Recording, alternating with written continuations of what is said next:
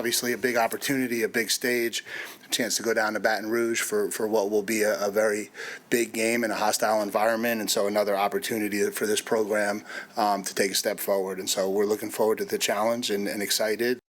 It's interesting. That's Mike Elko, by the way. It's interesting because it's something I did an interview this morning with David Nuno over at Texags, and I know Billy Lucci talked about it on his show as well. One of the things that has been a big point of emphasis on the A&M side is, they have not won in Baton Rouge since they came into the league, and this has been a series that now over the last half decade has been dominated by the home team.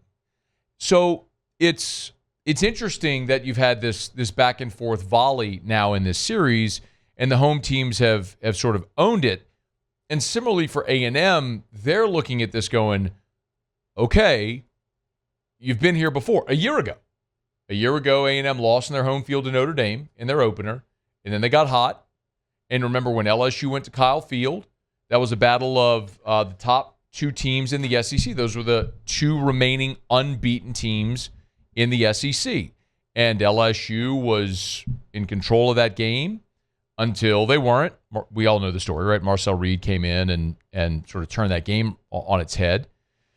And the Aggies moved into the top 10, and it looked like maybe they were the team that was going to take off and explode there in the final month of the season. And after the LSU win, A&M lost 3 of the next 4. They lost the next week at South Carolina, got pounded 44-20 the next week. They beat New Mexico State and then lost to Auburn in overtime and lost 17-7 to Texas and then lost the bowl game. And they finished 8-4 with a bowl game loss to finish 8-5. So we saw it. We saw it a year ago. So A&M is looking at this going, we've seen this movie before.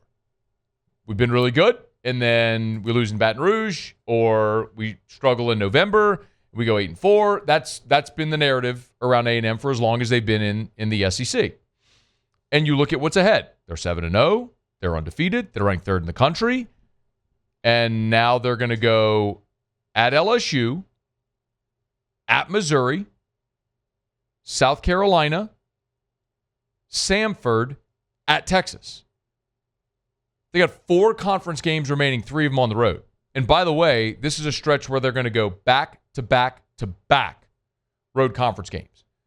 Incidentally, since Texas A&M has been in the conference, I don't know if you know this, is one of the angles I talk about a lot here is back-to-back road conference games. It's very difficult to go on the road consecutive weeks in this conference and win. Texas A&M has not done that. They have not won back-to-back road conference games since 2012, their first year in the league, the Johnny Manziel Heisman year. At the end of the season, after losing to LSU, incidentally, 24-19, they went at Auburn and won, at Mississippi State and won. State was 15th in the country then, by the way. And then that's when they had the Manziel game at Alabama and beat number 1 Alabama. So they went back-to-back-to-back road conference games in 2012. That they won. Since then, they have not won back-to-back road conference games at any point during their time. As a matter of fact, the next year in 2013, they lost back-to-back road conference games at LSU and at Missouri. You can go through the years that they've been in the league. It's a very difficult thing to do. The last time they faced back-to-back road conference games was in 2022, and it was at Mississippi State, at Alabama. They lost them both. Then they had an open date and lost at South Carolina. All that to say, this is a real challenge for A&M trying to win on the road consecutively in the league and win in Baton Rouge, where they have not won since they've been in the SEC. And that's something Mike Elko was asked about on Monday, was the opportunity to sort of end these droughts and streaks that they're trying to put an end to this season there in College Station. We came here with a vision of what this program should be. We knew in order for that to become a reality, we were going to have to do that. The vision of this program has not been this program's reality. We've talked about that since I got here, that, we can't just keep saying we want to be something. We're actually at some point going to have to go out and do it. That was going to require us winning on the road, winning SEC games on the road, beating top 10 teams. Like, all of that was part of why we haven't been able to chase this elusive title that we've been searching for so long, or do any of those things. And so, yeah, I don't know that I find tremendous joy. It's good to see the program continuing to move in the right direction. I think that's how I take all of that. In 2019, they lost back-to-back road conference games against Georgia and then against LSU.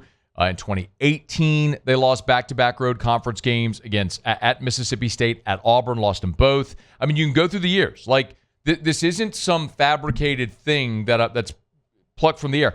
2017, they won at Ole Miss, then lost at LSU. It is a difficult thing to do in this league for any team in consecutive weeks to go away from home in this conference on the road and win. And that's one of the things A&M has not been able to do, along with not winning in Baton Rouge. And that's the challenge they face this week, coming to LSU, to Baton Rouge, in a game where they're a slight favorite. They're a 2.5-point favorite in this football game in Baton Rouge. It's sort of it's moved a little bit from 1.5 to 2.5. But Elko was also asked about, again, like, this isn't me fabricating a talking point. This is Mike Elko at his press conference with the A&M media asking him questions. So this isn't like LSU guy making up the storyline. This is what the A&M media is asking the A&M coach this week. Why has A&M struggled to win at LSU? For a large period of time, we didn't go down there physically and stand up to the challenge. I think when you saw some of the early games, that was kind of always the, like, okay, this is what the SEC looks like. I think as our program grew, we started to get closer and closer. Obviously, my first experience was going down there and playing the 2019 team. That wasn't a lot of fun, but that was historically one of the best teams in college football. I think when we went down there in 21, it was obviously a much more competitive game from a physical standpoint, and I think that's the gap that we've tried to close as a program. And so obviously, the series has been very balanced since I've been here in 2018. Someone's going to crack through at some point on the road, and Saturday's an opportunity for us to be the team that does it. It's an opportunity, no doubt, and they've got a good opportunity. I keep looking at this game, and there's a lot of things that historically line up for LSU. Why this game is such a tight point spread game when you would think it shouldn't be. At night in Baton Rouge, where Brian Kelly's teams have obviously been very good. A&M having to go back-to-back road conference games, as tough as that is. The success the home team has had in this series, all that stuff, it all plays in. And I understand this is going to be a massive challenge for LSU this weekend, because I like Texas A&M. I mean, that was the team before the season that I'm not considered until I got everything right. Certainly, I mean, I picked LSU to win the league. I had LSU Texas in the SEC championship game. Clearly. I missed. One of the things I liked was A&M because I loved them at the line of scrimmage. They returned 4 starters on the offensive line, 3 really good running backs, and Marcel Reed, who gives you that dimension as well in the running game. And I just trust Mike Elko to have a good defense because he's earned that reputation. So this is going to be a big challenge for LSU. Now, I think there's a major benefit LSU has with Le'Veon Moss not being there. As much as that sucks, Le'Veon Moss is their best running back. And I would argue Le'Veon Moss is the best running back when he's healthy. He's the best running back in the SEC this year. And so not having Moss, I think, is a big deal in this game. But I also wonder, if LSU is still without Whit Weeks, which I don't think they're going to have. There's been an announcement. I just get the sense they're preparing to not have Whit Weeks this week.